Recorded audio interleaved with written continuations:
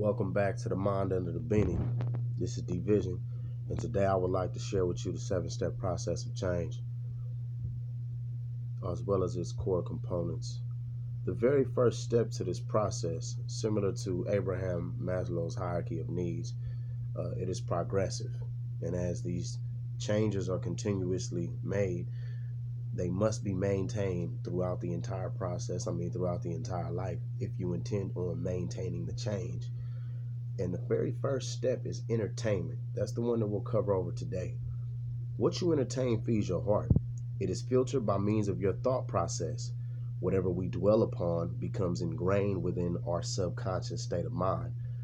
Images of what our eyes and ears filter into our minds, even briefly throughout the day, may reoccur within our dreams at night due to this.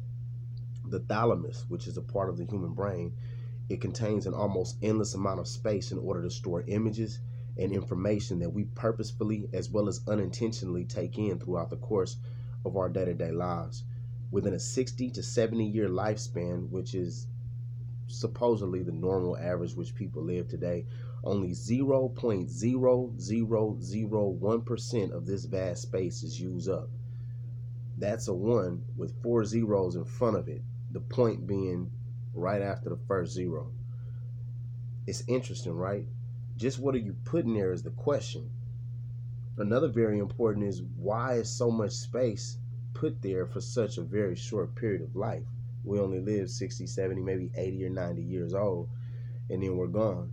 And if you were to take that 1 and reverse it and put it back where the first 0 is at, it takes approximately 10,000 years for us to use 1% of our thalamus, the part of our brain that has memory storage. So,